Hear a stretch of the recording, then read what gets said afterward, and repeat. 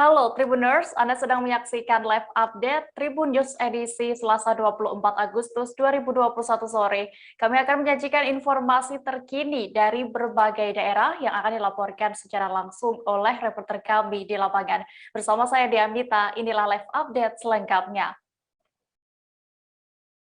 Kabar pertama datang dari Kalimantan Timur. Presiden Joko Widodo bertolak menuju Provinsi Kalimantan Timur untuk melakukan kunjungan kerja. Presiden dan rombongan terbang menggunakan pesawat kepresidenan Indonesia 1. Turut mendampingi Presiden dalam penerbangan menuju Provinsi Kalimantan Timur, antara lain Menteri Pertahanan Prabowo Subianto, Panglima TNI Marsikal Hadi Cahyanto, Kapolri Jenderal Listio Sigit Prabowo, Kepala Sekretariat Presiden Heru Budi Hartono, kemudian juga Sekretaris Militer Presiden Marsda TNI M. Tony Harjono, Komandan Pas Pampres Brigjen TNI Tri Budi Utomo. Informasi lengkapnya akan disampaikan oleh rekan jurnalis Tribun Kaltim, Muhammad Zain, yang kini sudah tersambung bersama kami. Halo Zain. Halo Dea. Ya, Zain, bisa Anda informasikan dalam rangka apa saja kedatangan Presiden di Kaltim untuk kunjungan kerja kali ini? Baik, bisa disampaikan untuk kedatangan dari Presiden RI Joko Widodo ke wilayah Kalimantan Timur sendiri, ini intinya terdapat dua agenda utama, yaitu yang pertama melakukan tinjauan vaksinasi yang dilakukan di Samarinda maupun di Balikpapan.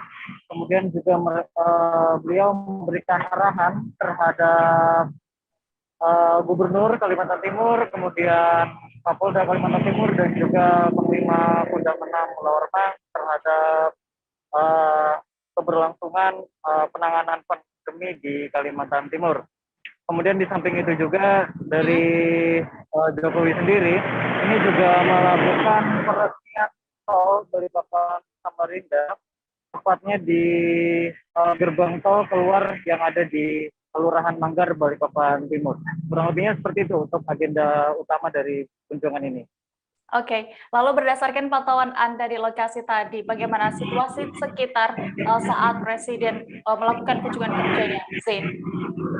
Baik, kalau untuk situasi dari sekitar sendiri, memang di beberapa tempat ini masyarakat dibatasi sehingga tidak ada akses bagi masyarakat maupun dari media langsung agenda ataupun kunjungan oleh Jokowi. Sehingga untuk masyarakat sendiri ini hanya bisa menunggu dari sisi terluar yang memungkinkan dan tetap menjaga protokol kesehatan. Kalau dilihat-lihat ketika Presiden Jokowi meresmikan tol Balikpapan Samarinda, untuk situasi sendiri tadi sempat padat karena memang untuk arus lalu lintas ini sempat ditahan terlebih dahulu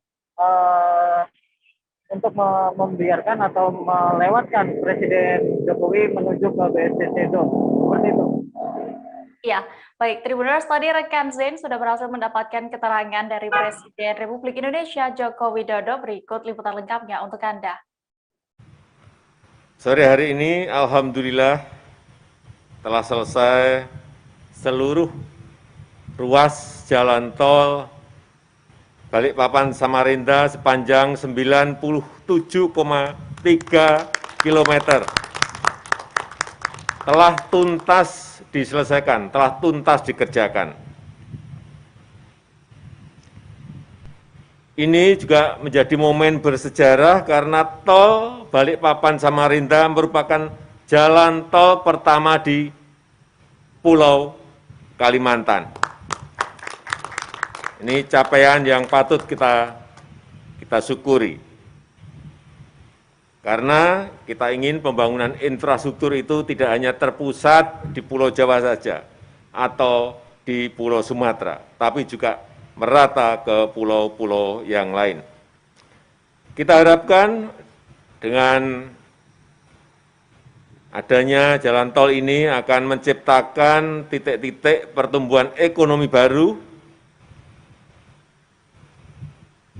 dan juga perbaikan jaringan logistik kita akan lebih baik, lebih efisien, dan lebih cepat, sehingga akan memperbaiki jaringan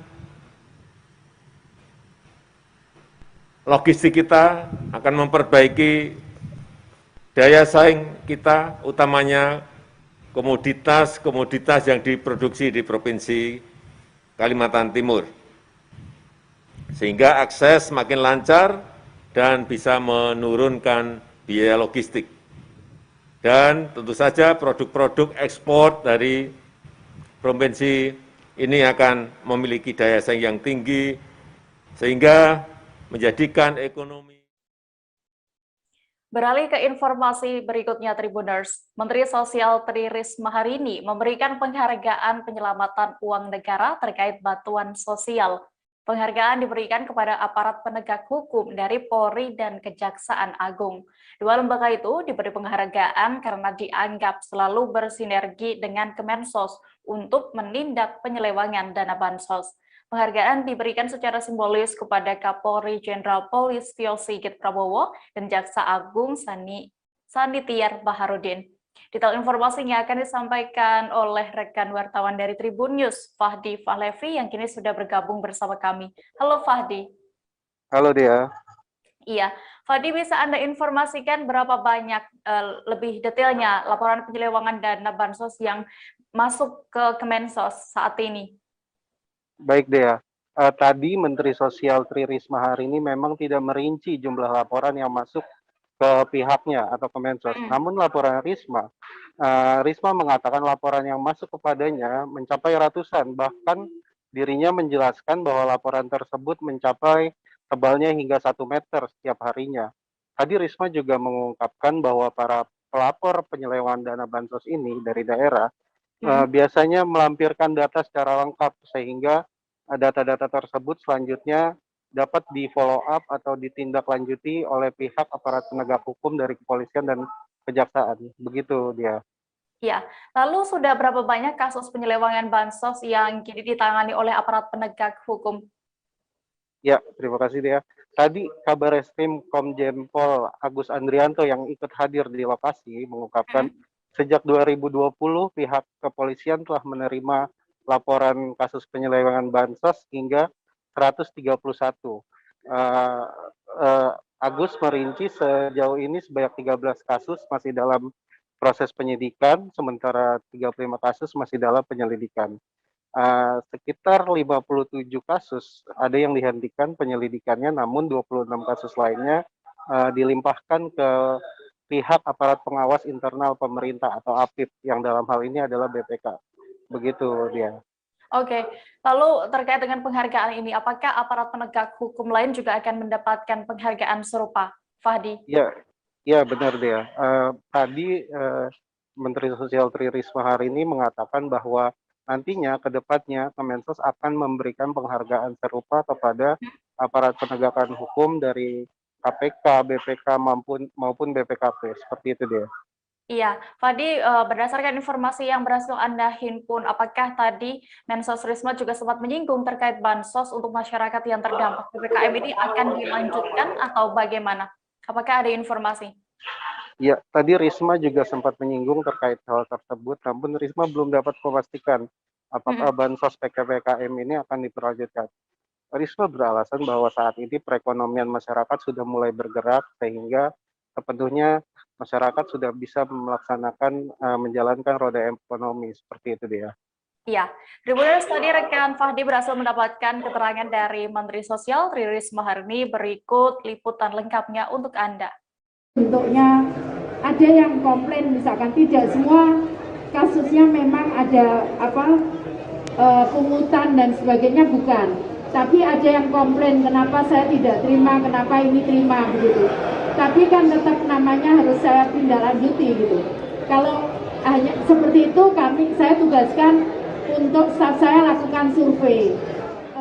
Kami akan berikan di tempat untuk BPKP dan tempat KPK. Jadi kita secara khusus, karena biasanya yang turun di depan ini adalah Kejaksaan Agung dan kepolisian. Setelah itu kalau terjadi kerugian negara, hitungannya baru masuk di BPKP. Jadi setelah ini kita akan berikan itu uangnya, totalnya. Aduh, aku enggak apa, tapi yang jelas hitungannya jumlahnya cukup besar sekali, cukup besar ya. Karena memang kalau semakin besar sebetulnya itu harus pemanggilan saksinya jumlahnya besar. Jadi contohnya misalkan seperti di Tangerang itu harus mengumpulkan 4.000 saksi seperti itu, sehingga keluarlah angka yang cukup besar. Nah, kalau itu terjadi, permasalahannya juga di pemeriksaan saat ini kondisi masih pandemi seperti itu.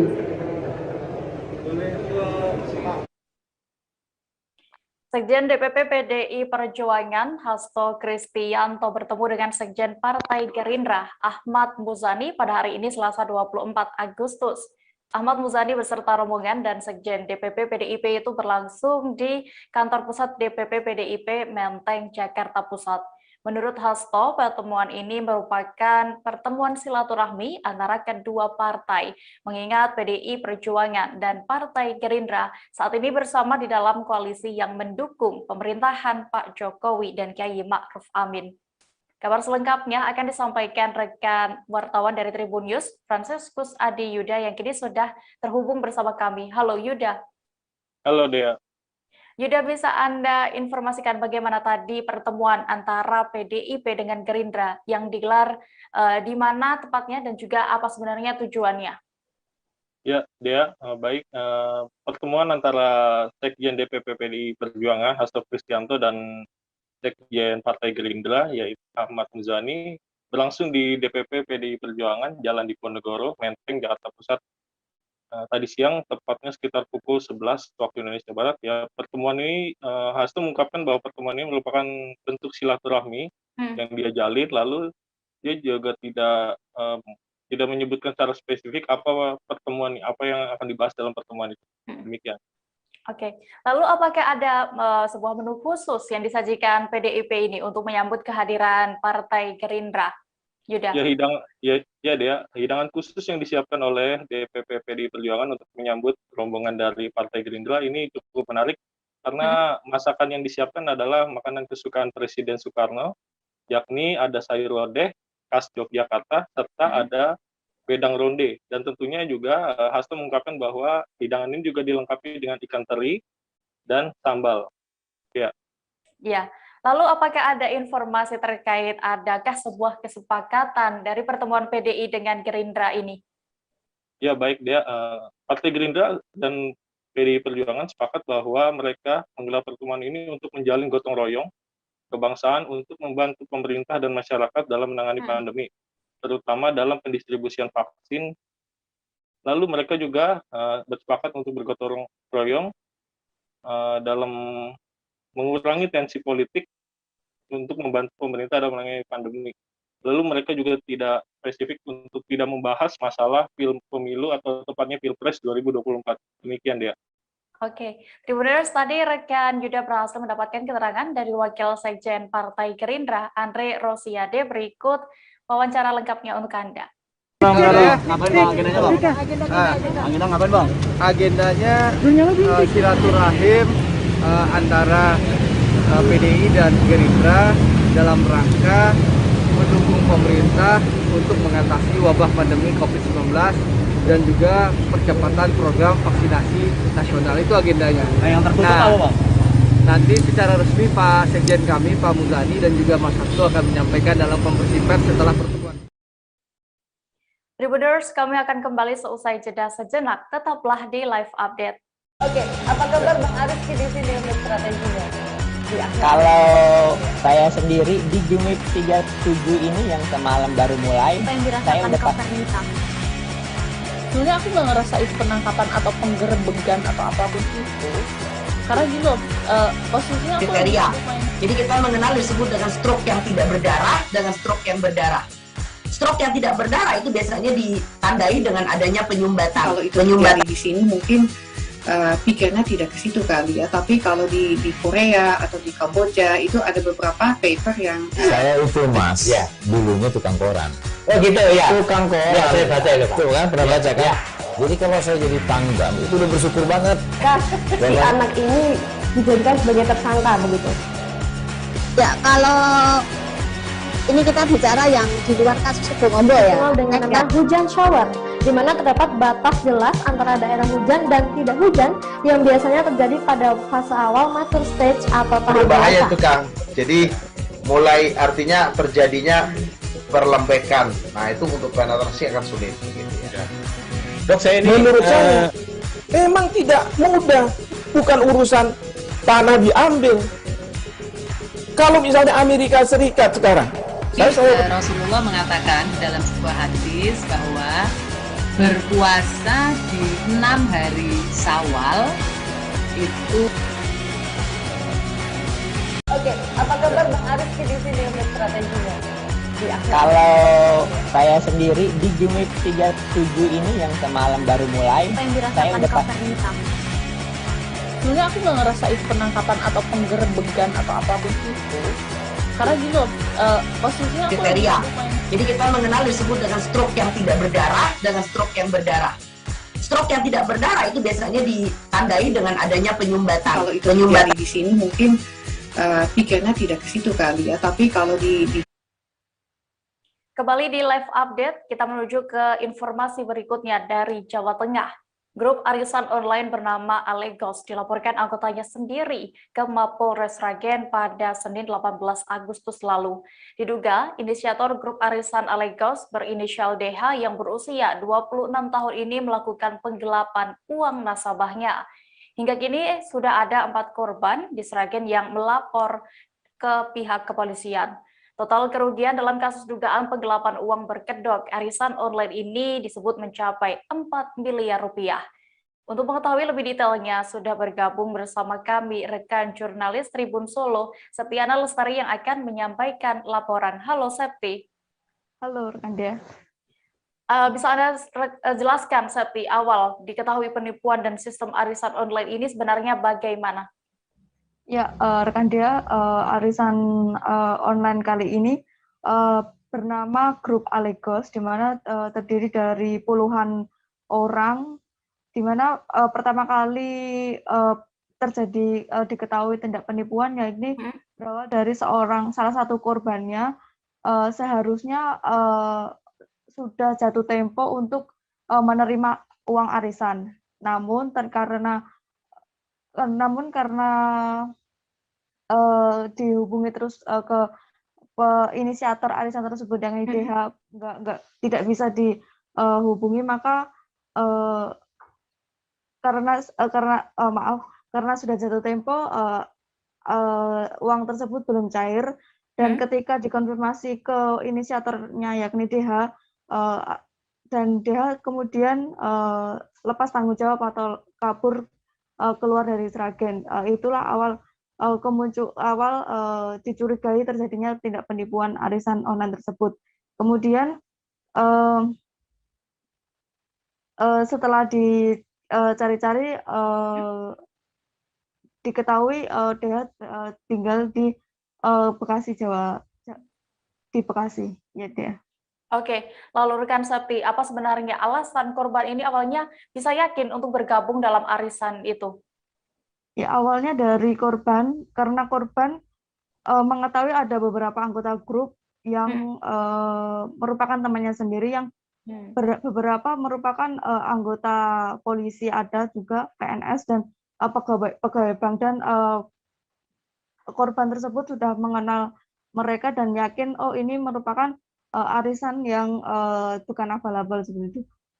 Ya, dan sudah terjadi dari mulai tahun 2019 lalu. Jadi karena memang sudah lama dan tidak pernah terjadi adanya kasus, maka si korban percaya untuk mengikuti arisan tersebut. Oke, berarti ini bisa dibilang memang pertama kali pelaku yang diduga sebagai pelaku ini, DH ini melakukan penggelapan, ya, Septi. Lalu bagaimana? Ya, ini kan kasus sudah dilaporkan ke pihak kepolisian setempat. Bagaimana responnya? Respon dari kepolisian tadi pagi dikonfirmasi kepada Kapolres Sragen AKBP Yuswanto Ardi, mengatakan pada hari ini dilakukan aduan dari pihak korban tersebut mulai diproses, yakni mulai dilakukan pemeriksaan korban dan saksi-saksi yang terkait. Namun belum untuk melakukan penjemputan inisiator ya, atau yang terduga pelaku karena masih mengumpulkan keterangan daripada korban dan saksi-saksi. Gitu dia. Baik. Terima kasih rekan jurnalis Tribun Solo Septiana Lestari untuk informasinya. Selamat kembali bertugas. Kita beralih menuju ke kabar berikutnya, Tribuners. Sebuah dinding di bawah jembatan Keliringan, Kewek Kota Yogyakarta sempat dihiasi lukisan mural bernuansa kritik terhadap pemerintah. Namun kurang dari 24 jam, mural yang terpampang di ruang publik itu langsung mendapat respons dari petugas Satuan Polisi Pamung Praja setempat. Satpol PP setempat bergerak untuk menghapus mural tersebut. Selengkapnya akan disampaikan rekan jurnalis Tribun Jogja, Yuwan Toro, yang kini sudah terhubung bersama kami. Halo Toro. Halo rekan Dia. Iya, Toro, bisa Anda ceritakan bagaimana kronologi akhirnya mural ini dihapus oleh pihak Satpol PP? Ya baik, jadi bisa saya informasikan bahwa upaya penghapusan mural dan vandalisme di Jembatan Kewek ini terjadi sebanyak 2 kali.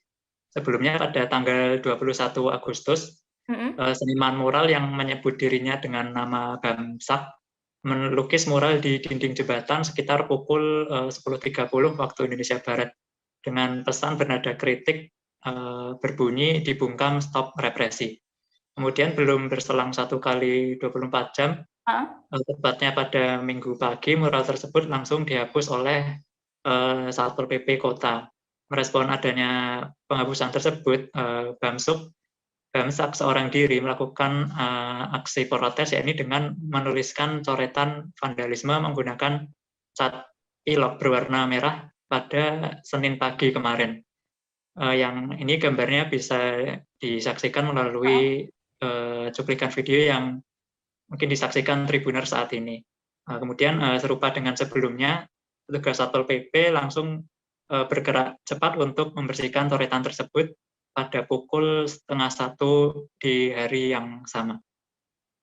Iya, rekan Toro, tadi Anda juga langsung datang ke lokasi mural tersebut dan ada petugas juga di sana. Lalu, apa sebenarnya alasan petugas akhirnya menghapus mural tersebut?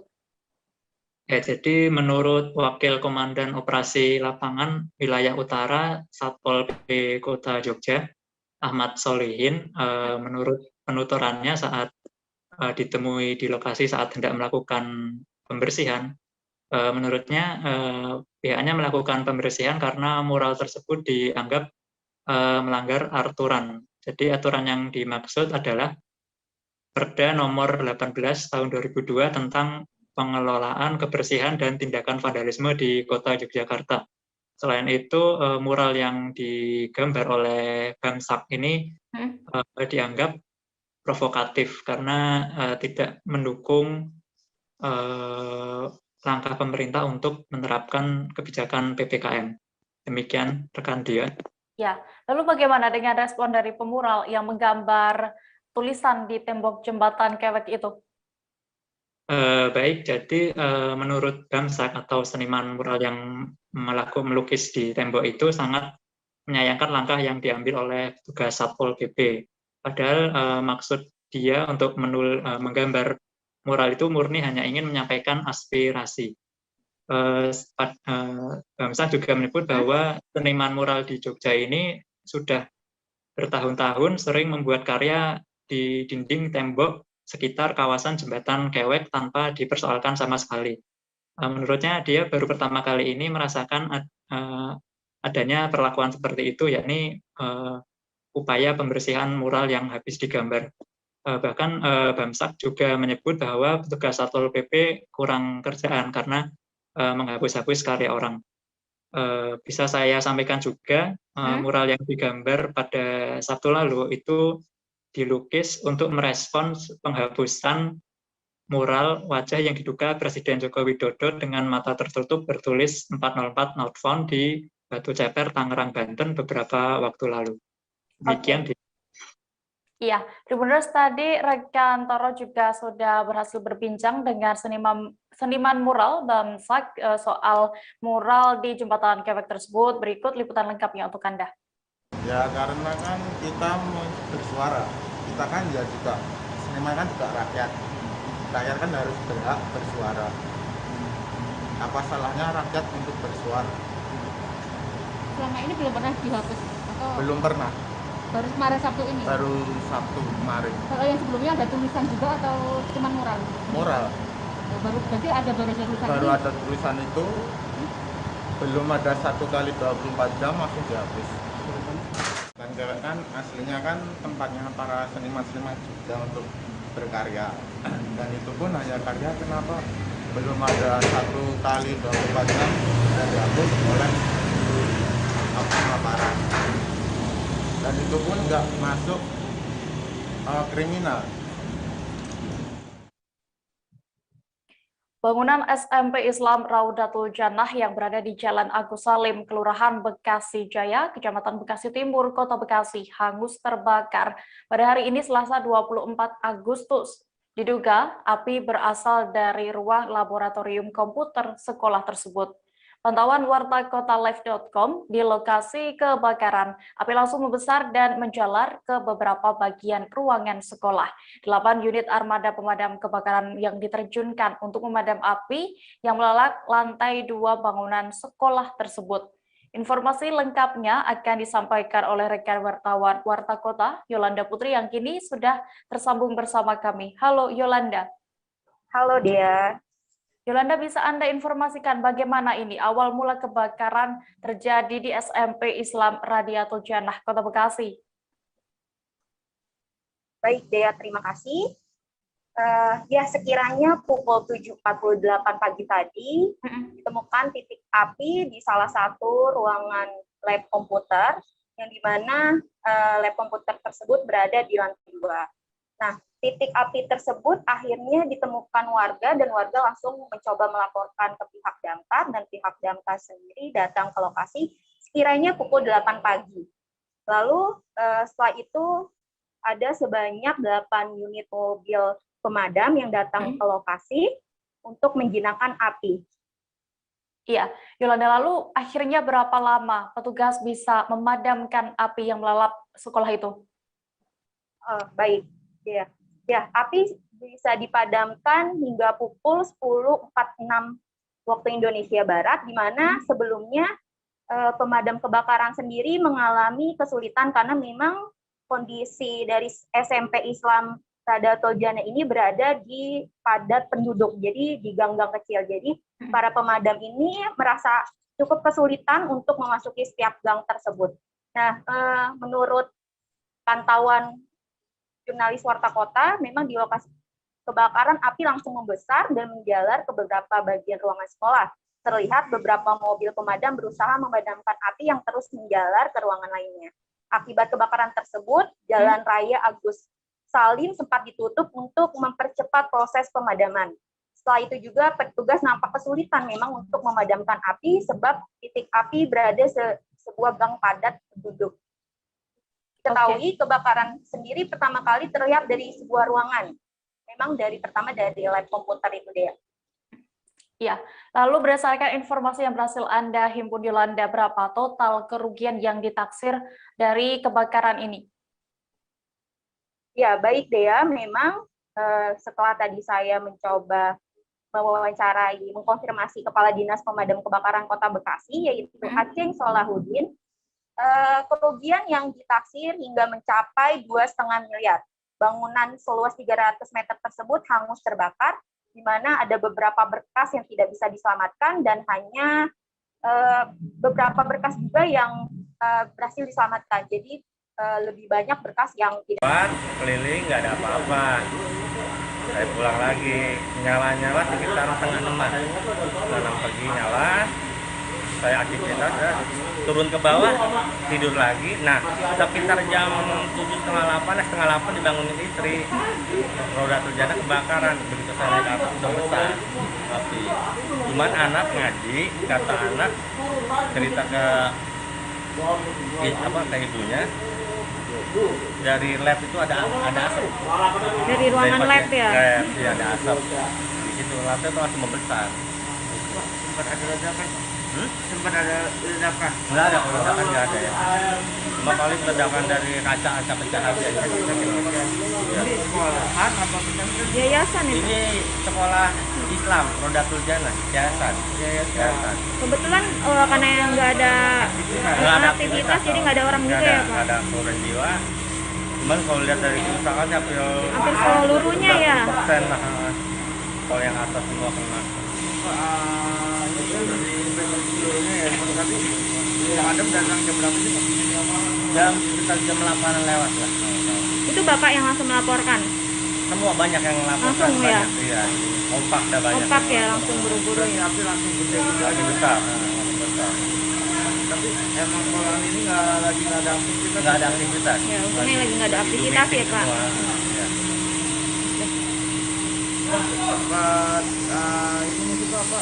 Angin gedenya itu pada di lokasi. Ya, sempat ada tiupan angin. Agak lumayan, nggak terlalu gede, agak lumayan, cuma arahnya ke arah mana? Timur ya? Ya ke arah timur angin. Cuma kalau misalnya ke arah berlawanan mungkin lumayan udah. Jangan kemana-mana Tribuners, karena masih akan ada informasi menarik lain. Seusai jeda berikut, tetaplah di live update. Oke, apa kabar Bang Arief di sini untuk strateginya? Kalau saya sendiri di Jumip 37 ini yang semalam baru mulai, saya udah sebenarnya aku nggak ngerasa itu penangkapan atau penggerebegan atau apapun itu, karena gini loh, posisinya aku kriteria.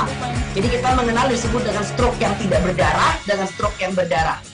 Stroke yang tidak berdarah itu biasanya ditandai dengan adanya penyumbatan. Kalau itu terjadi di sini mungkin pikirnya tidak ke situ kali ya, tapi kalau di Korea atau di Kamboja itu ada beberapa paper yang saya itu Mas, ya, dulunya tukang koran. Oh gitu ya. Tukang koran. Ya, saya baca itu Pak. Tuh kan pernah baca kan? Ya.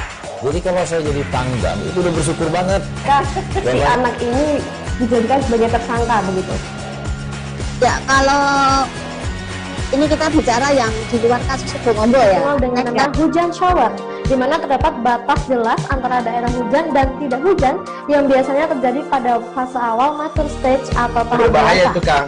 Jadi mulai artinya terjadinya perlembekan. Nah itu untuk penetrasi akan sulit. Gitu, ya.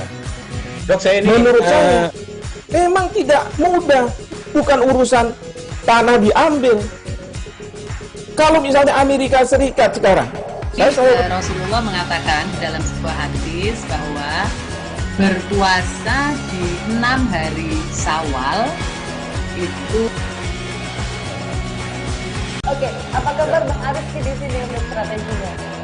Kalau saya sendiri di Jumip 37 ini yang semalam baru mulai, saya udah sebenarnya aku nggak ngerasa itu penangkapan atau penggerebegan atau apapun itu, karena gini loh, posisinya aku kriteria. Jadi kita mengenal disebut dengan stroke yang tidak berdarah dengan stroke yang berdarah. Stroke yang tidak. Tribuners, terima kasih Anda masih menyaksikan live update. Kita menuju ke kabar berikutnya. Pemerintah resmi memperpanjang PPKM hingga tanggal 6 September 2021 khusus wilayah luar Jawa dan Bali. Berdasarkan instruksi Mendagri nomor 27 tahun 2021, Kalimantan Barat masuk dalam kategori PPKM level 3. Kepala Dinas Kesehatan Provinsi Kalimantan Barat, Harrison, mengatakan bahwa keluarnya penilaian tersebut atas penilaian yang telah dilakukan dari minggu lalu. Detail informasinya akan disampaikan langsung oleh rekan wartawan Tribun Pontianak, Anggita Putri, yang kini sudah bergabung bersama kami. Halo Anggita. Halo. Anggita, bisa Anda informasikan bagaimana suasana telah diperpanjangnya PPKM level 3 kali ini di Kalimantan Barat? Baik, untuk Kalimantan Barat sendiri telah ditetapkan masuk dalam PPKM level 3 berdasarkan instruksi Mendagri yang telah dikeluarkan nomor 27 tahun 2021, di mana untuk daerah di luar Jawa dan Bali itu untuk perpanjangan PPKM akan diperpanjang mulai 24 Agustus hingga 6 September. Nah, untuk hari ini sendiri Kalimantan Barat untuk kondisi khususnya di Kota Pontianak masih tetap menerapkan PPKM level 3 yang masih sama pada minggu sebelumnya. Sedangkan untuk evaluasi yang telah dilakukan bahwa memang dengan telah diterapkannya aturan-aturan yang diberlakukan oleh Pemda, khususnya seperti di Kota Pontianak itu dianggap mampu untuk menekan kasus konfirmasi di Kota Pontianak. Begitu juga daerah-daerah di Kalimantan Barat yang memang sejauh ini juga masuk pada PPKM level 3. Iya, lalu bagaimana dengan hasil evaluasi dari penerapan PPKM level 3 sebelumnya, Anggita? Ya, berdasarkan evaluasi yang disampaikan oleh Kepala Dinas Kesehatan Provinsi Kalimantan Barat, Harrison, mengatakan bahwa memang untuk penerapan PPKM level 3 sebelumnya udah dianggap lumayan efektif untuk menekan kasus konfirmasi COVID-19. Tidak hanya di Kota Pontianak, melainkan seluruh wilayah di Kalimantan Barat yang memang telah bebas dari PPKM level 4, di mana untuk saat ini, untuk dari segi indikator dalam penerapan PPKM level 3 sendiri, untuk kasus konfirmasi itu tercatat bahwa dari 43 per 87 kasus konfirmasi per 100.000 penduduk per minggu. Sedangkan untuk kasus rawat inap di rumah sakit sekalbar itu mencapai 10,42% per 1.000 penduduk per minggu. Di mana untuk kasus kematian yang tercatat sekarang ini di angka 1,82 per 100.000 penduduk. Nah, sedangkan untuk kasus testing dan tracing sendiri, untuk testing masih dianggap terbatas di angka 21,72%, di mana untuk tracing sendiri masih di angka 3,03%, di mana dalam satu kasus konfirmasi itu hanya dilakukan tracing terhadap 3 orang, sedangkan untuk efektifnya itu biasanya untuk satu kasus konfirmasi dilakukan tracing terhadap 14 orang yang ada di sekitar kasus konfirmasi tersebut. Oke, Anggita, lalu apa saja langkah ke depan yang akan dilakukan Pemprov Kalbar? Dari pemerintah Provinsi Kalimantan sendiri, khususnya dari Kepala Dinas Kesehatan, Harrison mengatakan bahwa ia menegaskan untuk masyarakat agar tetap prokes dalam menjalankan kedisiplinan seperti menggunakan masker 2 lapis dan juga mengingatkan agar tidak melakukan kegiatan-kegiatan yang tidak terlalu penting, jauhi kerumunan dan sering mencuci tangan. Selain itu meminta agar pemerintah kabupaten kota juga menggencarkan untuk pelayanan vaksinasi. Sedangkan untuk stok vaksin sendiri, Harrison meminta agar setiap stok vaksin yang ada di kabupaten kota itu untuk segera dihabiskan untuk penggunaan vaksin tahap 1 maupun tahap 2, agar nantinya Kalimantan Barat, khususnya untuk kabupaten kota itu mendapatkan drop vaksin dari Kemenkes kembali. Iya, Anggita, tadi juga sudah sempat melakukan wawancara bersama Kepala Dinas Kesehatan Kalimantan Barat, Harrison. Berikut liputan lengkapnya untuk Anda. Instruksi Mendagri nomor 37 tahun 2021, Kalimantan Barat dalam kategori PPKM level 3. Ya. Nah, itu sebenarnya penilaian dari minggu yang lalu. Itu ada 6 indikator ya. Jadi untuk indikator kasus konfirmasi itu 43 per 87 kasus konfirmasi per 100.000 penduduk per minggu. Ya. Sedangkan untuk rawat inap di rumah sakit ada 10,42 per 100.000 penduduk per minggu yang dirawat di rumah sakit. Ya. Kemudian untuk kematian itu 1,82 per 100.000 penduduk per minggu. Testing kita masih terbatas, yaitu 21,72 atau positivity rate-nya itu 21,72 ya. Kalau di bawah 5% itu baru memadai ya. Kemudian untuk tracing kita 3,03, jadi 1 orang kasus konfirmasi kita baru bisa melakukan tracing terhadap 3 orang di sekelilingnya ya. Yang bagus itu kalau 1 kasus konfirmasi ada 14 orang lebih di tracing ya. Kemudian untuk treatment, kita menuju kota Batam, Tribuners. Jembatan Barelang merupakan ikon kota Batam yang populer di mata masyarakat lokal maupun luar Batam. Jembatan satu ini juga merupakan satu di antara tujuan utama masyarakat yang ingin berwisata. Jembatan Barelang merupakan sekumpulan jembatan yang menghubungkan 6 pulau. Biasanya setiap akhir pekan, jembatan ini akan dipadati pengunjung dari berbagai kalangan untuk menikmati pemandangan dari atas jembatan. Namun sejak pandemi dan diberlakukannya PPKM, jembatan Barelang kini sepi pengunjung. Kabar selengkapnya akan disampaikan rekan wartawan dari Tribun Batam, Rahma Tika, yang kini sudah terhubung bersama kami. Halo Rahma. Halo rekan Dea. Rahma, bisa Anda gambarkan bagaimana kondisi pengunjung di jembatan Barelang ini sejak diberlakukannya PPKM level 3, ya? Baik, terima kasih rekan Dea. Untuk saat ini Kota Batam memasuki level 3, di mana kondisi di Jembatan Barelang sendiri saat ini sepi pengunjung, baik itu pada akhir pekan maupun pada sore hari. Sebelum diberlakukannya PPKM level 3 sendiri, lokasi Jembatan Barelang yang sering dikunjungi oleh masyarakat lokal yang berada di Kota Batam akan padat pada sore hari dan akhir pekan.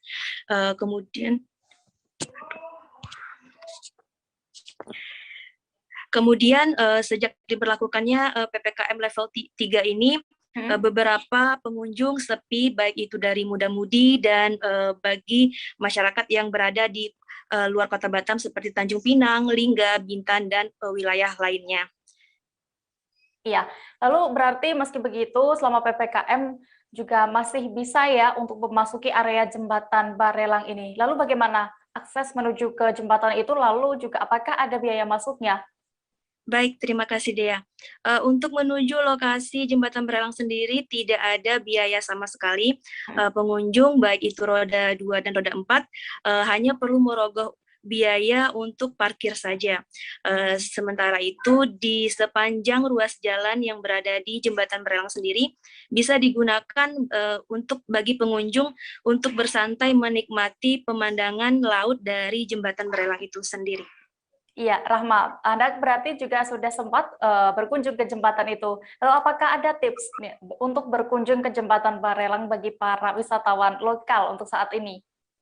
Baik, untuk para pengunjung, khususnya masyarakat di Kota Batam sendiri yang biasanya memang menjadikan Jembatan Barelang ini sebagai tujuan wisata akhir pekan dan pada sore hari untuk meluangkan waktu sejenak, bisa dikunjungi sekitar pada bulan Januari hingga bulan Juli. Sementara itu pada bulan Agustus sampai bulan September mendatang, kondisi cuaca di Kota Batam sendiri diguyur hujan dengan intensitas ringan dan intensitas sedang, sehingga disarankan pengunjung tidak berkunjung dulu untuk saat ini karena dikhawatirkan beberapa ruas jalan digenangi air. Dikarenakan juga rekan Dea, saat ini di simpang menuju lokasi Jembatan Barelang sendiri sedang ada pekerjaan jalan sehingga menghambat akses lalu lintas di sekitar Jembatan Barelang itu sendiri. Oke, terima kasih rekan Rahmatika melaporkan dari Kota Batam. Selamat kembali bertugas. Kita beralih ke informasi berikutnya.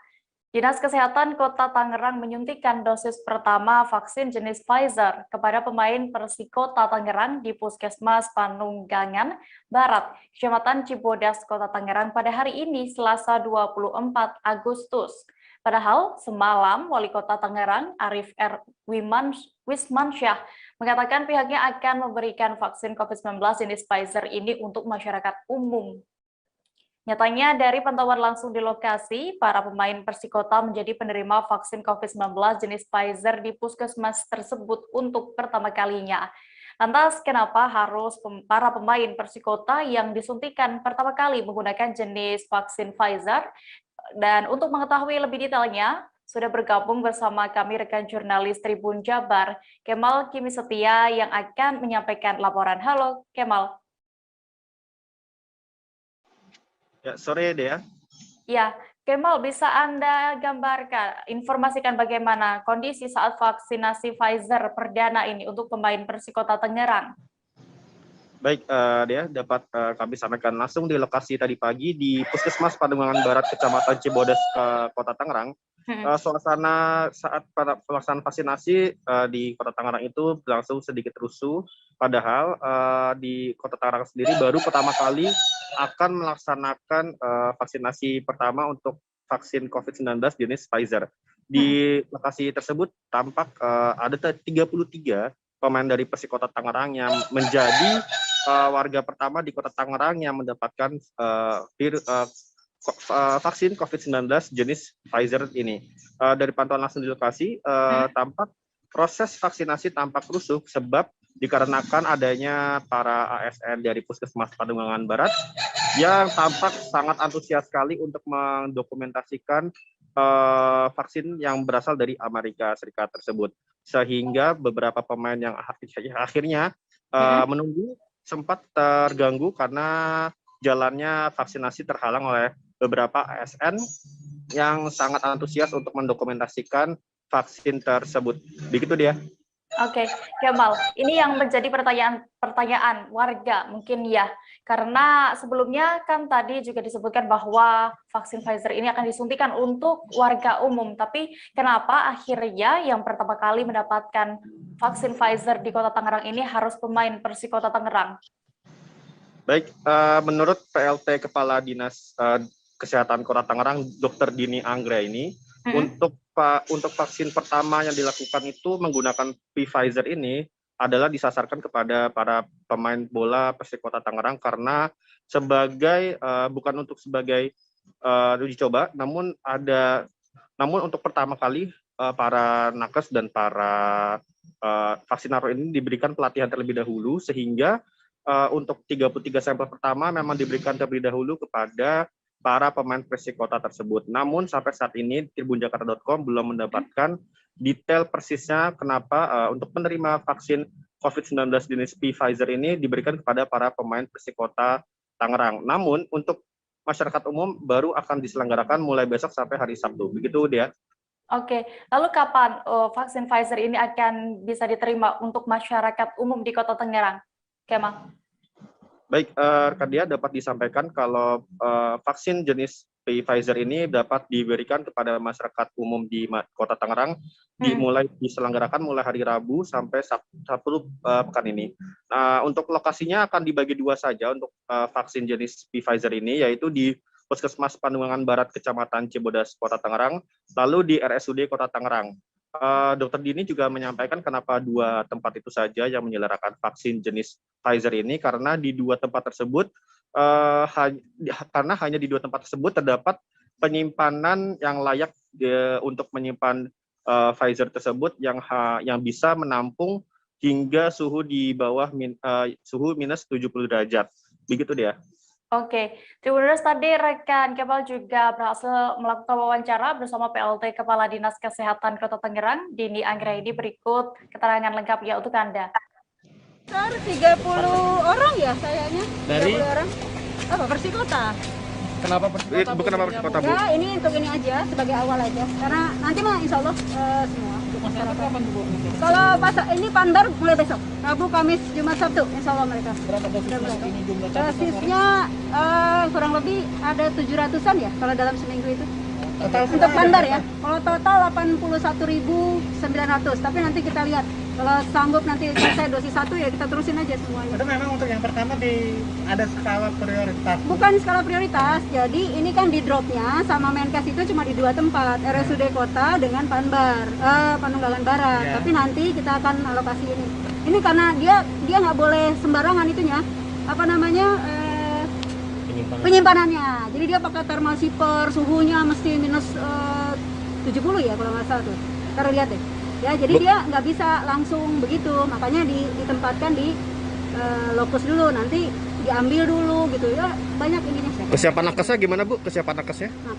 Nakes, kenapa? Untuk vaksinatornya? Insya Allah sama aja, cuma caranya aja, maka ini dicoba dulu, lihat, teman-teman ngelihat dulu, ngoplosnya, misalnya di sini kan sekarang 0,3 dia, setiap kali suntik 0,3. Terus vialnya harus ditambah dulu dengan larutan NaCl 1,8 mili setiap satu vial. Jadi ada ada proses dulu tuh, nggak langsung jadi sedot gitu, enggak. Ini makanya harus dilihat dulu biar teman-teman yang lain lihat gitu. Ya. Kami akan kembali seusai jeda sejenak. Tribuners, tetaplah di live update. Oke, apa kabar Bang Arief di sini untuk strateginya? Kalau saya sendiri di Jumip 37 ini yang semalam baru mulai, saya udah pasti. Sebenarnya aku nggak ngerasain penangkapan atau penggerebegan atau apapun itu. Karena gini loh, posisinya aku kriteria. Jadi kita mengenal disebut dengan stroke yang tidak berdarah dengan stroke yang berdarah. Stroke yang tidak berdarah itu biasanya ditandai dengan adanya penyumbatan. Kalau itu terjadi di sini mungkin pikirnya tidak ke situ kali ya, tapi kalau di Korea atau di Kamboja itu ada beberapa paper yang saya itu mas, ya dulunya tukang koran. Oh gitu ya. Tukang koran. Ya saya baca itu Pak. Tuh kan pernah baca kan? Ya. Jadi kalau saya jadi pangdam itu udah bersyukur banget. Si anak ini dijadikan sebagai tersangka begitu. Ya kalau ini kita bicara yang di luar kasus Sibolombo ya. Dengan nama hujan shower, di mana terdapat batas jelas antara daerah hujan dan tidak hujan yang biasanya terjadi pada fase awal mature stage atau tahap berbahaya dewasa. itu Kang. Jadi mulai artinya terjadinya perlembekan. Nah itu untuk penetrasi akan sulit. Gitu ya. Dok, saya ini menurut saya memang tidak mudah. Bukan urusan tanah diambil. Kalau misalnya Amerika Serikat sekarang, Rasulullah mengatakan dalam sebuah hadis bahwa berpuasa di 6 hari Syawal itu. Oke, apa kabar Bang Arief di sini untuk strateginya? Kalau saya sendiri di Jumip 37 ini yang semalam baru mulai, saya udah pasti. Sebenarnya aku nggak ngerasain penangkapan atau penggerebegan atau apapun itu. Karena gini loh, posisinya aku kriteria. Jadi kita mengenal disebut dengan stroke yang tidak berdarah dengan stroke yang berdarah.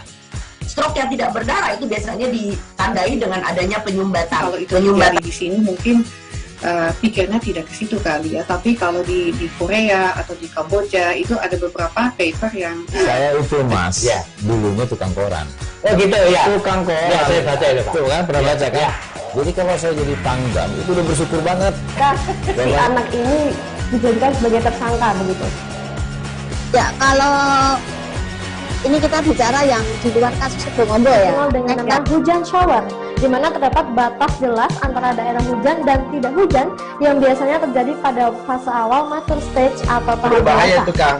Jadi mulai artinya terjadinya perlembekan. Nah itu untuk penetrasi akan sulit. Gitu ya. Dok, saya ini menurut saya memang tidak mudah. Bukan urusan tanah diambil. Kalau misalnya Amerika Serikat sekarang, Rasulullah mengatakan dalam sebuah hadis bahwa berpuasa di 6 hari Syawal itu. Kembali di live update Tribuners, kita merujuk ke informasi berikutnya. Ratusan warga mengikuti vaksinasi COVID-19 di Markas Komando Distrik 1408 BS, Kota Makassar pada hari ini Selasa 24 Agustus. Ada yang unik dan menarik dalam pelaksanaan vaksinasi kepada warga kali ini. Pasalnya, penyelenggara menggunakan tank tempur lapis baja yang telah disulap menjadi tank ambulans. Selain dapat merasakan sensasi duduk dalam kabin belakang kendaraan lapis baja tersebut, warga juga terlihat antusias bersuah foto dengan latar belakang tank.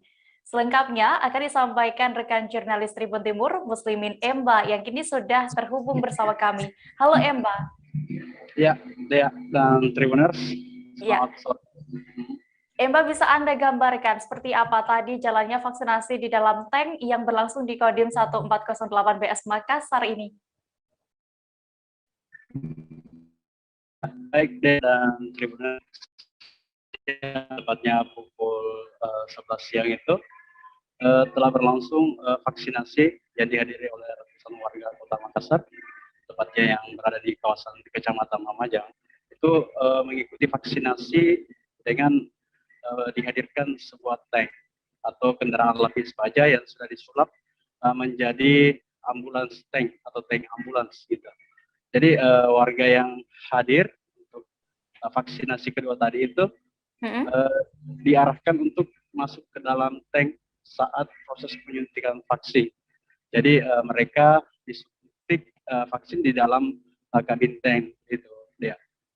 Oke, Mbak, ini sangat unik sekali ya, menarik sekali. Pasti juga warga sangat antusias untuk bisa melakukan vaksinasi di dalam tank tersebut. Lalu apa sebenarnya alasan pihak Kodim menghadirkan tank ambulans ini? Ya, dari penjelasan dari pihak Dandim 1408 tadi, kehadiran tank ini adalah upaya untuk memasifkan vaksinasi di Kota Makassar, yaitu dengan menarik minat warga untuk selain mengikuti vaksin juga dapat pelajaran gitu atau edukasi terkait dengan alutsista TNI Angkatan Darat dengan menyaksikan lebih dekat dan dapat edukasi terkait fungsi dan dari alutsista tersebut. Ya. Oke, lalu berdasarkan informasi yang Anda himpun, berapa target vaksin yang dilakukan untuk hari ini, Mbak? Ya, untuk hari ini ada 600 peserta sesuai dengan jumlah vaksinasi tahap pertama yang dilakukan beberapa hari sebelumnya. Dan sekedar informasi juga dia, warga yang hadir terlihat antusias. Kenapa? Sebab setelah vaksin beberapa menit sebelum waktu istirahat itu totalnya sudah mencapai 500-an peserta begitu. Padahal vaksinasi ini ditargetkan sampai sore begitu. Ya. Oke. Tribuners, tadi rekan Emba berhasil mendapatkan keterangan dari Dandim 1408 BS Kolonel Dwi Irbaya Sandra. Berikut liputan lengkapnya untuk Anda. Vaksin kedua setelah vaksin pertama dulu sudah dilaksanakan, sehingga saat ini kedua untuk dosisnya kita menyesuaikan berapa yang pertama kemarin kita berikan, hari ini sudah melanjutkan vaksin yang pertama tadi. Tadi sudah berapa banyak yang di... Total untuk hari ini sampai dengan pukul siang ini untuk jumlahnya kurang lebih 500 sampai 600 orang warga Kota Makassar. Ini menyiapkan tank sendiri seperti apa? Ya, ini kan beda dengan vaksin pertama, nggak dalam tank. Ini vaksin kedua dalam tank. Ini seperti apa? Seperti apa, ada konsep sendiri yang disiapkan pihak Kodim atau seperti apa? Baik, ini kita rencanakan kita datangkan adanya tank ambulan untuk didatangkan di Kodim ini dalam rangka memperbesar, memasifkan kegiatan vaksin ini di wilayah Kota Makassar. Jadi sebagai pengetahuan juga bagi warga masyarakat dan juga sebagai daya tarik pastinya, mungkin mereka belum pernah melihat kendaraan tempur TNI Angkatan Darat, salah satunya tank AMX ini. Harapan kita dengan adanya ini semakin banyak orang yang akan melaksanakan vaksinasi sesuai dengan kebijakan dari pemerintah pusat dalam hal Bapak Presiden untuk memasifkan tank tersebut. Jadi sebagai informasi juga, tank ambulan ini digunakan pada saat kegiatan tempur, manakala ada warga atau anggota kita yang mungkin terluka. Nah, saat ini dalam situasi pandemi, Angkatan Darat juga merasa mempunyai tanggung jawab moral untuk sama-sama memasifkan kegiatan vaksin. Sehingga tank ambulan ini kita fungsikan untuk melaksanakan vaksinasi. Harapan kita... Tribuners, gebiar vaksinasi kembali dilakukan oleh tenaga kesehatan dari Puskesmas Jatiwangi dan Loji Dinas Kesehatan Majalengka. Lokasi gebiar vaksinasi ini berada di kantor Kecamatan Jatiwangi. Hari ini Selasa 24 Agustus dengan menyasar para penyandang disabilitas. Mereka tampak antusias mengikuti vaksinasi didampingi oleh keluarganya. Kegiatan tersebut sebagai upaya mempercepat capaian herd immunity yang digadang-gadang akan selesai pada akhir tahun ini. Informasi lengkapnya akan disampaikan oleh rekan wartawan Tribun Cirebon, Eki Yulianto, yang kini sudah tersambung bersama kami. Halo Eki. Halo, sore Dea. Iya, Eki, bisa Anda informasikan bagaimana pelaksanaan vaksinasi disabilitas kali ini di Majalengka? Ya, baik Dea, pelaksanaan vaksinasi dengan menyasar para penyandang disabilitas di Kecamatan Jatiwangi ini pada umumnya sama ya dengan masyarakat lainnya ketika divaksinasi. Hanya saja para penyandang disabilitas ini harus didampingi oleh keluarga, baik dari orang tua, saudara, maupun tetangga dalam proses vaksinasi. Baik dari ketika antri screening oleh vaksinator maupun penyuntikan vaksin. Mereka tidak bisa secara mandiri ya mengikuti seluruh instruksi dari petugas. Keterbatasan dari para masing-masing penyandang disabilitas ini ya menjadi alasannya. Namun kendati demikian para penyandang disabilitas ini sangat antusias ya. Bahkan beberapa di antaranya sudah menunggu ya sejak pagi hari. Ya, salah satunya yang berhasil saya wawancarai yaitu Dida ya, warga desa Jatisura, kecamatan setempat, di mana Dina mengaku sudah lama menunggu dirinya ingin divaksin ya. Dida mengaku bahwa vaksin dianggap perlu ya untuk meningkatkan imun dan mencegah dari virus corona. Lalu jenis vaksin apakah yang digunakan untuk menyuntik para penyandang disabilitas ini, Eki? Ya, dari keterangan Camat Jatiwangi, Roni Setiawan mengatakan bahwa ada 2 jenis ya vaksin yang digunakan dalam vaksinasi kali ini. Ada vaksin jenis Sinovac dan Sinopharm. Tentu bagi kategori usia remaja dan lansia, vaksin yang digunakan yaitu Sinopharm ya. Sementara untuk masyarakat kategori lainnya di lain lansia dan remaja itu pakai Sinovac. Vaksin jenis Sinopharm ini merupakan bantuan ya. Kita ketahui bahwa bantuan dari Uni Emirat Arab yang di-dropping ke pemerintah pusat, lalu dilanjutkan menyasar ke pemerintah provinsi dan diakhiri di pemerintah kota atau kabupaten. Ya, gelaran vaksinasi ini petugas puskesmas menyediakan sekitar 103 dosis vaksin ya yang menyasar para penyandang disabilitas khususnya di Kecamatan Jatiwangi. Oke, Eki, berdasarkan informasi yang Anda himpun, sebenarnya apakah penyandang disabilitas ini termasuk golongan yang sebenarnya rentan tertular virus corona? Ya, baik, menurut keterangan dari pihak tenaga kesehatan setempat bahwa pihaknya memang memprioritaskan para penyandang disabilitas ini untuk menjalankan vaksinasi ya. Pasalnya mereka menjadi salah satu kategori yang orang yang rentan juga tertular virus, baik secara langsung karena infeksi maupun tidak langsung karena pembatasan untuk mengurangi penyebaran virus.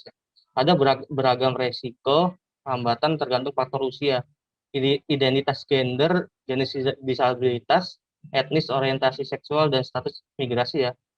Ya, menurut tenaga kesehatan setempat juga alasan penyandang disabilitas lebih beresiko tertular COVID, yaitu salah satunya diantaranya hambatan dalam menerapkan langkah-langkah kebersihan dasar ya, misal kayak mencuci ya, pompa air atau cuci tangan yang mungkin tidak dapat diakses secara fisik ya. Demikian ya. Oke, Tribuners, tadi rekan Eki juga sudah mewawancarai Camat Jatiwangi dan juga salah seorang penyandang disabilitas yang menerima vaksin. Berikut liputan lengkapnya untuk Anda. Tadi dilaksanakan vaksinasi bagi keluarga kita kaum disabilitas Kecamatan Jatiwangi dari target 103 orang. Di antaranya memang ada yang karena kurang sehat tidak bisa dilaksanakan. Kita juga untuk melayani mereka tadi dilaksanakan juga kolaborasi dengan puskesmas, ada program Jaka Imah, jadi yang tidak bisa hadir kita langsung datang ke sana.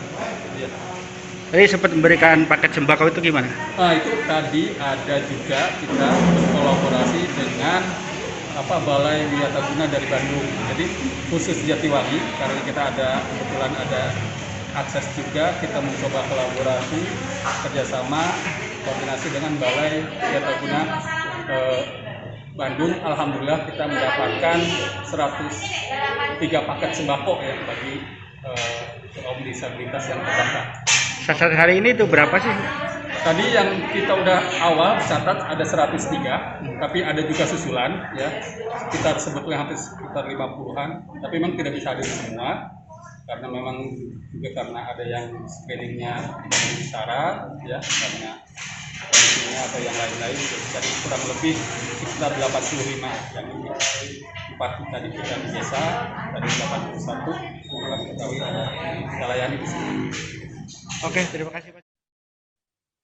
Kita beralih ke Kalimantan Utara, Tribuners. Ratusan personel Satpol PP dan PMK Kota Tarakan melaksanakan kegiatan swab tes antigen di Mako Satpol PP Kota Tarakan pada hari ini Selasa 24 Agustus. Kegiatan swab tes massal ini menindaklanjuti laporan adanya sebagian personel yang terpapar COVID-19. Pelaksanaan tes swab ini akan berlangsung 2 tahap, yakni hari ini dan juga Kamis 26 Agustus mendatang. Detail informasinya akan disampaikan langsung oleh rekan wartawan Tribun Kaltara, Andi Pausiah, yang kini sudah bergabung bersama kami. Halo Andi. Iya, halo rekan Dea. Iya, rekan Andi, bagaimana pelaksanaan kegiatan swab antigen yang diikuti ratusan personel Satpol PP dan PMK Tarakan hari ini? Ya, baik rekan Dea. Selamat sore Tribuner, saya Andi melaporkan dari Kota Tarakan, Provinsi Kalimantan Utara. Ya, dapat saya sampaikan pada pukul 8 pagi tadi, ratusan personel Satpol PP dan PMK Kota Tarakan berkumpul di Mako Satpol PP dan PMK Kota Tarakan. Adapun mereka dalam rangka melaksanakan kegiatan swab antigen secara massal. Dan pelaksanaan swab antigen secara massal ini sendiri dilaksanakan setelah adanya beberapa personel Satpol PP yang terpapar COVID-19. Dan pelaksanaannya sendiri sejak pagi tadi hingga pukul 13 WITA siang berjalan lancar tanpa adanya hambatan. Demikian Dea. Oke Andi, lalu sebenarnya berapa banyak jumlah personel yang sebelumnya dinyatakan terpapar ini? Ya, Dea. Memang sebelum kegiatan swab massal dilakukan, diinformasikan ada total 12 personel Satpol PP dan pemadam Kota Tarakan yang terpapar COVID-19. Dan dari 12 personel juga mengontak erat, total ada 5 personel. Namun dan 12 personel ini sendiri saat ini sedang menjalani isolasi mandiri di rumah masing-masing. Begitu juga kontak erat dari 12 personel ini juga sudah menjalankan kegiatan swab antigen dan sudah dinyatakan negatif, namun sebagian masih ada yang menjalani isolasi mandiri. Demikian ya. Oke, lalu berdasarkan pantauan Anda di lokasi tadi dan juga informasi yang Anda himpun, bagaimana dengan hasil swab test dari personel yang baru dilakukan swab hari ini, Andi? Ya, baik Dea. Hari ini sampai dengan pukul 13 WITA siang, total 165 sampel yang diuji, ada 2 yang dinyatakan positif. Selanjutnya dikatakan Kepala Satpol PP dan PMK Kota Tarakan, Hanif Matiksan, 2 orang positif ini akan ditindaklanjuti oleh pihak Dinkes Tarakan dan menugaskan kepada tim Satgas yang ada di puskesmas masing-masing,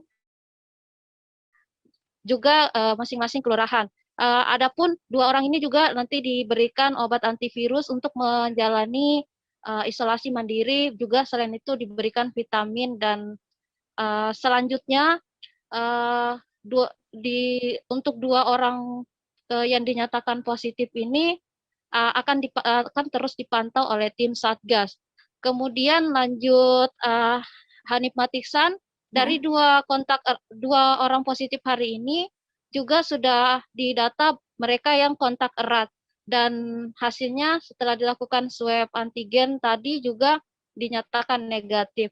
Dikatakan Hanif Matiksan lagi, memang kegiatan swab massal ini adalah instruksi langsung yang disampaikan, yang diturunkan dari Wali Kota Tarakan, Dr. Hairul MKes, mengingat pekerjaan yang dilaksanakan oleh Satpol PP sangat rentan karena memang selalu melaksanakan patroli setiap malam selama PPKM level 4 berlangsung di Kota Tarakan. Demikian dia.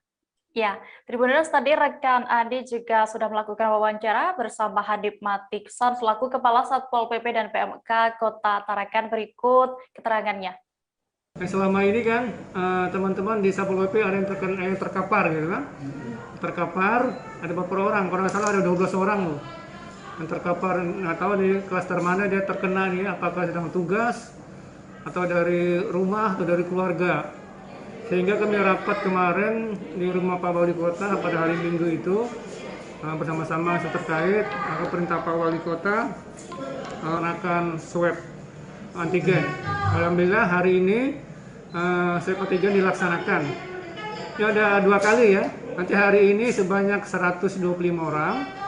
Dilanjutkan hari Kamis tanggal 26 itu sebanyak 129. Jadi jumlah Satpol PP dan PMK ini sebanyak 254. Nah, kemungkinan nanti sampai 254 karena 254 ini ada yang sudah yang tercover di swab, yang ada kontak erat itu sama 5 hari. Mungkin udah di swab lagi karena kemarin baru selesai hasilnya. Nah, jadi semuanya jumlah seluruhnya 254 Satpol PP dan PMK. Ini termasuk tenaga kontrak atau tenaga honornya ini. Ini salah satu antisipasi ya Pak ya, agar kan Satpol PP dan juga PMK kan ini banyak bersentuhan ya Pak ya dengan masyarakat. Berinteraksi sama masyarakat. Iya, jadi ini salah satu antisipasinya ya Pak. Iya, antisipasi untuk memutus rantai ini kan, untuk di kantor-kantor ini. Yang terpapar kemarin berapa Pak? Sekitar ada 12 orang. 12 orang 12 ya? orang. Alhamdulillah ini sudah menjalani isoman selama 14 hari. Ada yang kontak erat dengan yang terpapar? Iya, ada. Ada yang kontak erat, maka itu diberikan isoman selama 5 hari. Tapi hasilnya juga negatif, ya kan? Setelah swab 5 hari itu hasilnya negatif, baru nanti diberikan surat keterangan selesai isolasi mandiri dari puskesmas. Tetaplah di live update Tribuners karena masih ada informasi menarik lainnya seusai jeda berikut. Oke, apa kabar Bang Arief di sini untuk strateginya? Kalau saya sendiri di Jumip 37 ini yang semalam baru mulai, saya udah Sebenarnya aku nggak ngerasa itu penangkapan atau penggerebekan atau apapun itu. Karena gini loh, posisinya aku kriteria. Jadi kita mengenal disebut dengan stroke yang tidak berdarah dengan stroke yang berdarah. Stroke yang tidak berdarah itu biasanya ditandai dengan adanya penyumbatan. Kalau itu terjadi di sini mungkin pikirnya tidak ke situ kali ya, tapi kalau di Korea atau di Kamboja itu ada beberapa paper yang saya itu Mas, ya, dulunya tukang koran. Oh gitu ya. Tukang koran. Ya, saya baca itu Pak. Tuh kan pernah baca kan? Ya. Jadi kalau saya jadi pangdam itu udah bersyukur banget. Si anak ini dijadikan sebagai tersangka begitu.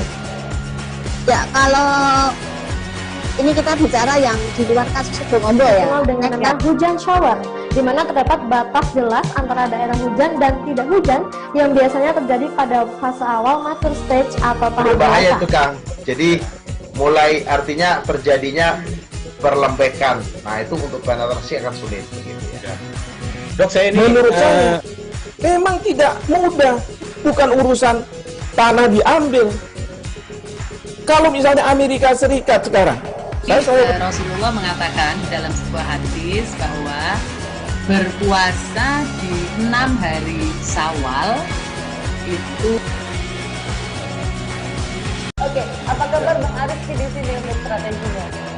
Kalau saya sendiri di Jumip 37 ini yang semalam baru mulai, saya udah Sebenarnya aku nggak ngerasa itu penangkapan atau penggerebekan atau apapun itu. Karena gini loh, posisinya aku kriteria. Jadi kita mengenal disebut dengan stroke yang tidak berdarah dengan stroke yang berdarah. Stroke yang tidak berdarah itu biasanya ditandai dengan adanya penyumbatan. Kalau itu terjadi di sini mungkin pikirnya tidak ke situ kali ya, tapi kalau di Korea atau di Kamboja itu ada beberapa paper yang saya itu Mas, ya, dulunya tukang koran. Oh gitu ya. Tukang koran. Ya, saya baca itu Pak. Tuh kan pernah baca kan? Ya. Jadi kalau saya jadi pangdam itu udah bersyukur banget. Si anak ini dijadikan sebagai tersangka begitu. Ya, kalau ini kita bicara yang di luar kasus Sebongombol ya. Dengan nama hujan shower, di mana terdapat batas jelas antara daerah hujan dan tidak hujan yang biasanya terjadi pada fase awal mature stage atau tahap berbahaya dewasa. itu Kang. Jadi mulai artinya terjadinya perlembekan. Nah itu untuk penetrasi akan sulit begitu ya. Dok, saya ini menurut saya memang tidak mudah, bukan urusan tanah diambil. Kalau misalnya Amerika Serikat sekarang, Rasulullah mengatakan dalam sebuah hadis bahwa berpuasa di 6 hari Syawal itu. Anda masih menyaksikan live update Tribuners. Kabar selanjutnya datang dari Sulawesi Tengah. Wali Kota Palu, Haryanto Rashid, menetapkan lockdown mikro 2 wilayah di 2 kelurahan, yakni yang berada di Jalan Tangkasi dan Jalan Ramba. Hari ini, Selasa 24 Agustus, Wali Kota mengunjungi dapur umum di Jalan Tangkasi, Kelurahan Birobuli Selatan, Kecamatan Palu Selatan. Dalam kunjungannya kali ini, Haryanto Rashid mengecek persiapan dapur umum dalam memberikan makanan siap saji kepada para warga yang tengah menjalani isolasi mandiri. Wali Kota Palu itu juga bertemu dengan Wakil Ketua Kejaksaan Tinggi Sulawesi Tengah untuk menerima bantuan makanan secara simbolis. Kabar selengkapnya akan disampaikan rekan wartawan dari Tribun Palu, Alan Syahrir, yang kini sudah terhubung bersama kami. Halo Alan. Ya, Saudara Dea. Iya, rekan Alan, berapa jumlah warga yang menjalani isolasi mandiri di 2 kelurahan tersebut ini? Oke, Dea. Menurut data Satgas COVID-19 Kota Palu, per tanggal 23 Agustus, kasus aktif di Kelurahan Birobuli Selatan sebanyak 68 kasus. Sedangkan untuk kasus aktif di Kelurahan Birobuli Utara sebanyak 120 kasus. Dea. Iya, lalu sampai kapan pelaksanaan lockdown mikro efektif ini diberlakukan di 2 kelurahan di Kota Palu, Alan? Baik ya, menurut Wali Kota Palu, Haryanto Rashid, pemberlakuan mikro efektif atau lockdown ini di 2 kelurahan tersebut diperkirakan hanya 2 hari saja, dengan target dalam 2 hari tersebut testing, tracking, treatment sudah selesai diberlakukan. Kemudian pindah ke kelurahan lain untuk melakukan hal yang sama. Namun untuk 2 kelurahan di wilayah tersebut, jika sudah terdapat yang positif dari testing, tracking, dan treatment tersebut, terus dipantau hingga kasus di 2 wilayah tersebut dinyatakan zona hijau. Ya. Oke. Rekan Alan, tadi juga Wali Kota saat meninjau tempat dapur umum ini juga menerima bantuan paket sembako, bantuan paket ya makanan oleh Kejaksaan Tinggi Sultan. Berapa totalnya? Oke, Dea. Paket sembako yang dibagikan oleh Kejaksaan Tinggi Negeri Sulawesi Tengah tadi siang itu kepada pemerintah Kota Palu sebanyak 5.000 paket yang diberikan secara simbolis kepada Wali Kota Palu. Untuk paket makan 2 kali sehari itu, yaitu pada siang tadi dan pada malam hari. Kembali dia. Terima kasih rekan wartawan dari Tribun Palu, Alan Syahrir, untuk laporannya. Selamat kembali bertugas. Kita menuju ke informasi berikutnya, Tribuners. Penerapan pemberlakuan pembatasan kegiatan masyarakat atau PPKM level 4 membuat bisnis hotel di Kota Blitar terpuruk. Okupansi hotel turun drastis, ini merupakan dampak penutupan wisata dan pembatasan aktivitas masyarakat selama pelaksanaan PPKM level 4. Saat ini tingkat hunian hotel di Kota Blitar juga hanya mencapai sekira 10 hingga 15%. Para pelaku usaha hotel juga harus memutar otak untuk tetap bisa bertahan di masa pandemi COVID-19. Untuk mengetahui lebih detailnya, sudah bergabung bersama kami rekan jurnalis Surya, Samsul Hadi, yang akan menyampaikan laporan. Halo Samsul. Ya, selamat sore Dea. Samsul, berdasarkan pantauan Anda, bisa Anda gambarkan bagaimana kondisi bisnis hotel di Kota Blitar selama pandemi ini? Ya, baik, terima kasih Dea. Di awal pandemi 2020, itu bisnis hotel memang sempat drop ya. Tapi ketika ada pemberlakuan new normal di Juli Agustus 2020, mereka mulai menggeliat lagi bangkit untuk bisnis hotelnya.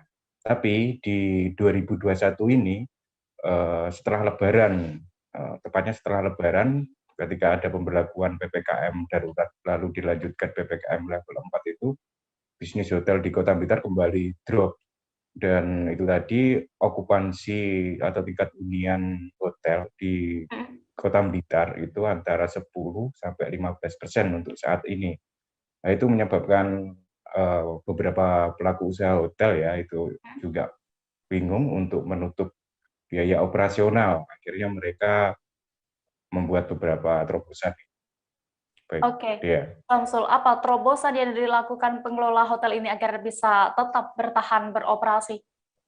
Iya, ada beberapa hotel itu mereka membuat mengalih fungsi usaha lain ya di hotelnya. Seperti contoh ada di Hotel Grand Mansion itu di Jalan Melati, Kota Blitar, dia membuka usaha layanan swab antigen untuk masyarakat umum. Dari pendapatan dari swab antigen itu bisa untuk menutup operasional hotel ya yang kondisinya memang sepi dari tamu. Ada hotel lain yang di Jalan Sudan Supriyadi, Hotel Herlingga, itu mereka membuka cucian mobil.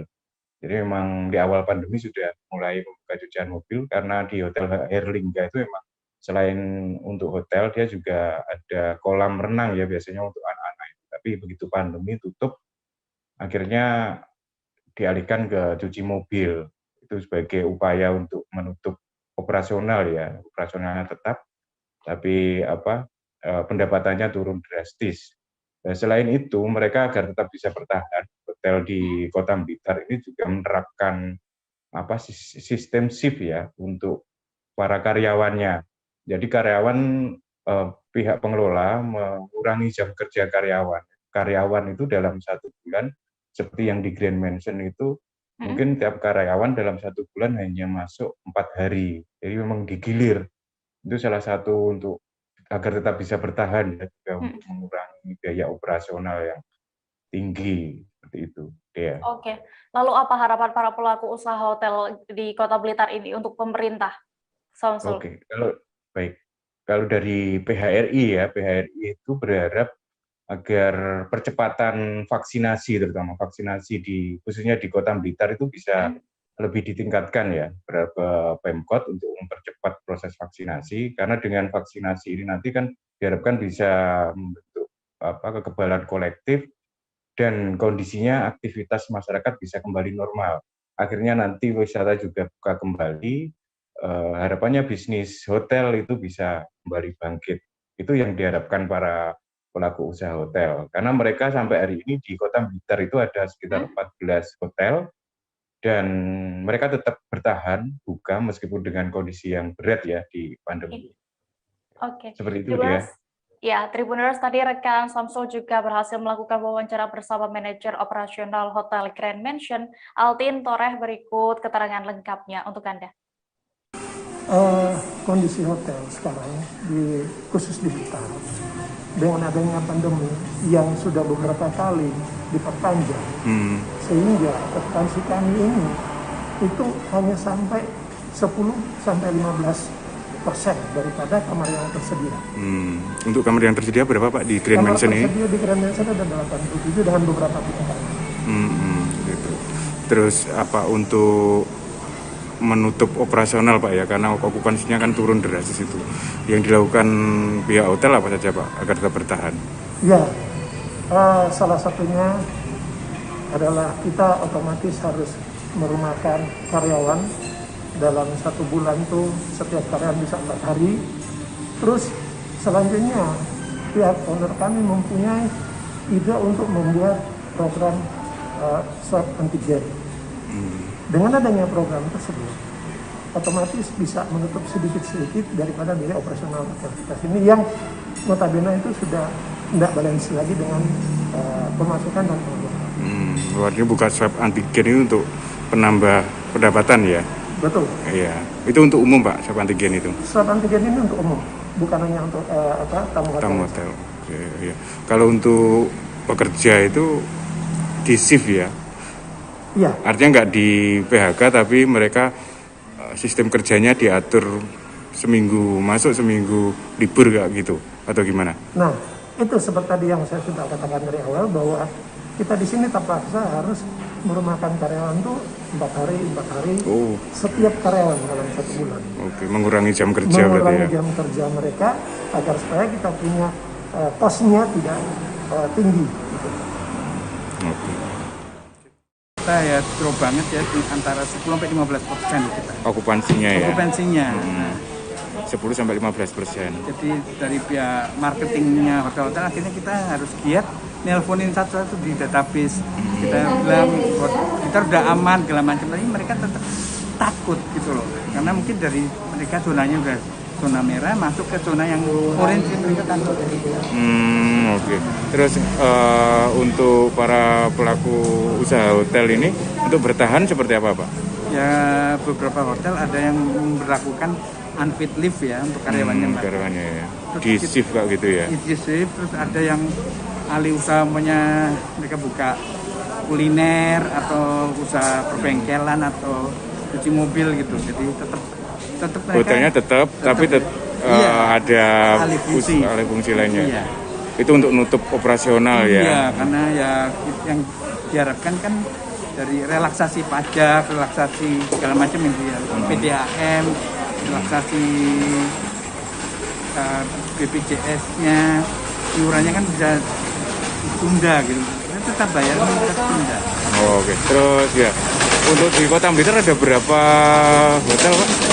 Kota Blitar ada 14 hotel, 40 restoran. 40 restoran. Iya. Tapi sampai hari ini belum ada hotel yang artinya kolaps sampai nggak ada ya. Mereka tetap bertahan ya. Iya, tetap bertahan ya, meskipun dengan itu. Mudah-mudahan udah kembali lagi secepatnya ya. Padahal kita udah belajar new normal, tapi akhirnya di bulan Januari ya kita drop lagi. Termasuk untuk PHK pekerja juga enggak ya? Belum ada ya atau apa? Enggak ada. Enggak ada. Akhirnya ya cuma di shift itu ya. Iya, seperti itu. Oke, makasih Pak ya. Kita beralih ke Provinsi Sulawesi Utara, Tribuners. Di tengah pandemi COVID-19, berolahraga mungkin merupakan salah satu kunci untuk menjaga kebugaran tubuh. Banyak sarana dan prasarana olahraga penuh dengan masyarakat yang datang untuk jogging dan mungkin juga sekedar jalan sehat. Meskipun begitu, di Kabupaten Bolmong, Provinsi Sulawesi Utara ada satu sarana olahraga yang sudah dibangun, namun tidak kunjung juga terpakai. Sarana olahraga ini adalah lapangan tenis yang ada di Kecamatan Lolak, Kabupaten Bolmong. Selengkapnya akan disampaikan rekan wartawan Tribun Manado, Nilton Durado, yang kini sudah terhubung bersama kami. Halo Nilton. Halo rekan Dea, selamat sore. Baik, Nilton, bisa Anda informasikan sebenarnya sejak kapan lapangan tenis ini tidak terpakai?